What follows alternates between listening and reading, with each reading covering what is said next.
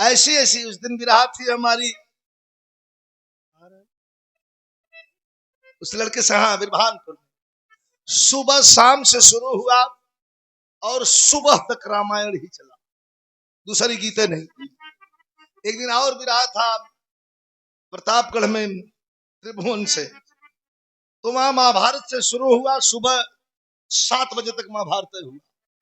सुनने वाले अगर हो, हमारे तरफ लोग बिगाड़ दिए हैं, वो कलाकार बिगाड़ देता है, खड़ा हो के उल्टा पुल्टा। अब राती के विराह रही जाने की कहतन भैया एकदम नया कांड कोनो गावा, हमका भैया आवा का कल नया कांड गावा, हमका तो नया कांड करे के पड़ी तब गाओ। नया कांड कहाँ से ले आई? देखिए खंडवा नया कह के तब न गाई तो नया हो। बैठ गया खड़ा आपके जौन बोले बिना भी पद रोएला।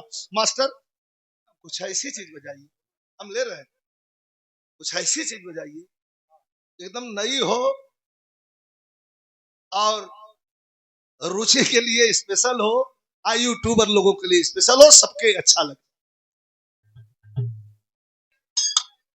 भैया आवाज ना हो, किसी के आगे ना खड़ा हो। भैया बाबू इधर देखिए, हाँ थोड़ा सा आप लोग खड़ा रहे, लेकिन कोई पीछे बैठा है, आप लोग खड़ा हो जाइए तो बहुत बुरा लगे ना। तो कुछ ऐसा बजावा कि हम रास्ते से जब चले घर से तो मास्टर से कहे कुछ ऐसी चीज प्रतापगढ़ से रुचि आ रही है, उनके लिए स्पेशल कुछ बजाई तैयारी करिए। क्या है बजाइए। वाह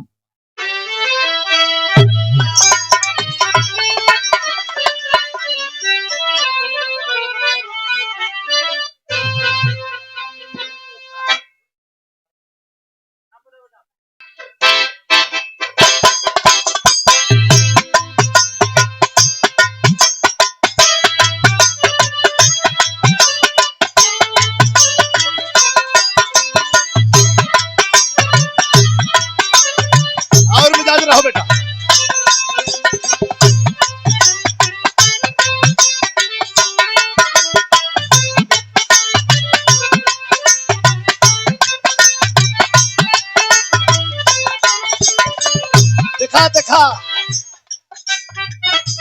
प्रयागराज के बगल का सिवान पड़ला प्रतापगढ़।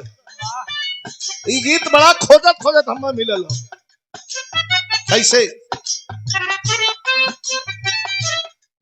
देखले हम पानी,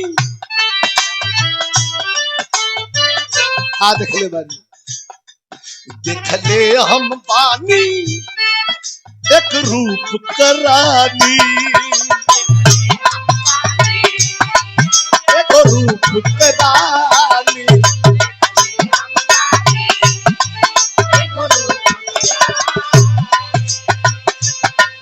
भगवान से ये, भगवान से ये हम मानत बानी।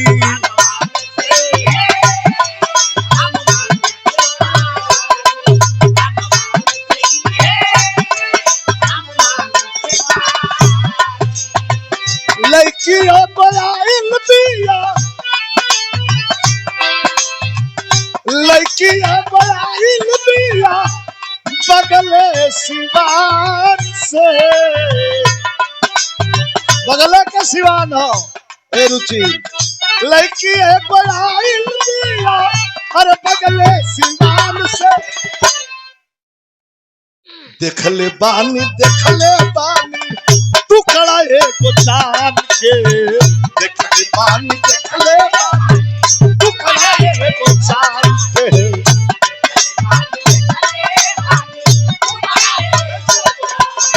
अरे लड़की बयाइन दिया बगले सिवान से, लड़की बयाइन दिया बगले सिवान से। देखले बानी टुकड़ा एगो चांद के।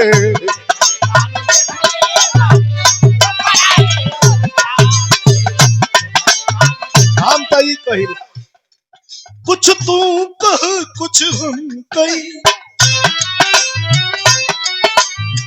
प्यारे लाल कवि देखिए विरहा का लेखक क्या क्या लिखता है। बिरहा का लेखक वीर रस शायरी, अधर अबजद जंजीरा कैद। और देखिए ये फिल्म में हीरो हीरोइन का सवाल है। बड़े भाई प्यारेलाल कवि जी बैठे हैं, कैसे? कुछ तू कह कुछ हम कहीं, कुछ बोल बतियावा।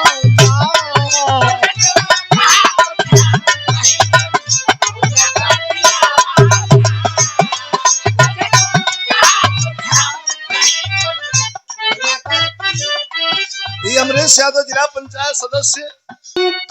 कुछ हम कहीं, कुछ बोल बतियावा ना, चुपचाप का बैठल बाड़ू धनी हमरा लगे आवाना।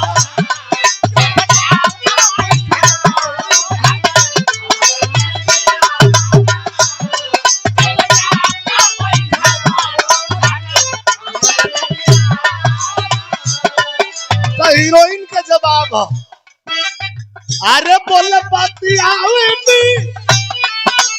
हीरोइन का जवाब था, अरे बोल बतियावे नी, बिहान कर बताए राजा।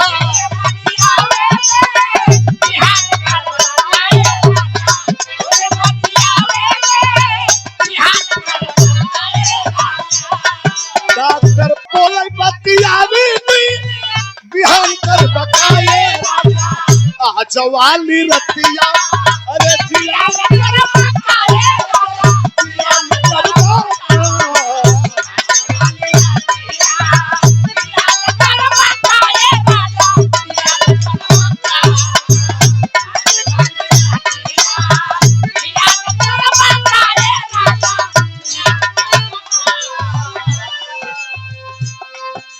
फिर हीरोइन का सवाल। का हीरोइन का सवाल ताकि जोरा जोरी जानू, ताकि जोरा जोरी जानू, मनवा के खींचदा, पिरतिया के पानी से सींचदा।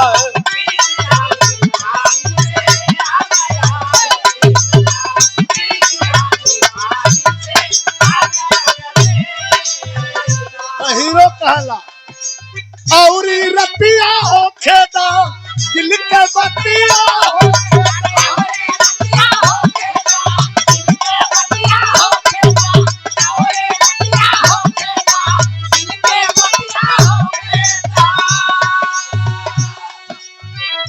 कहे औरी रतिया हो खेदा, दिल के बतिया हो खेदा। लेखनी देखिए, कहा कि नयन के तरजुई सुरतिया बैठ के एक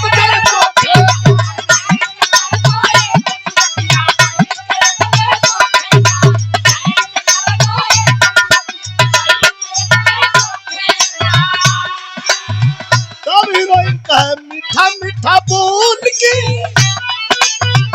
मीठा बोली बोल के हई बोल ले बताए राजा।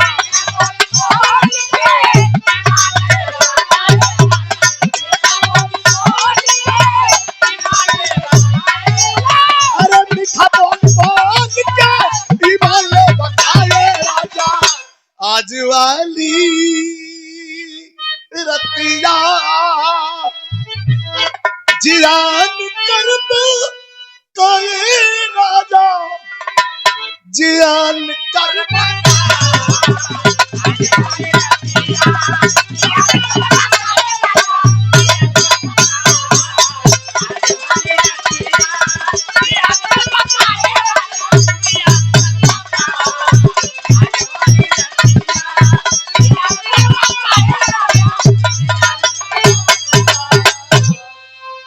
बड़ा बढ़िया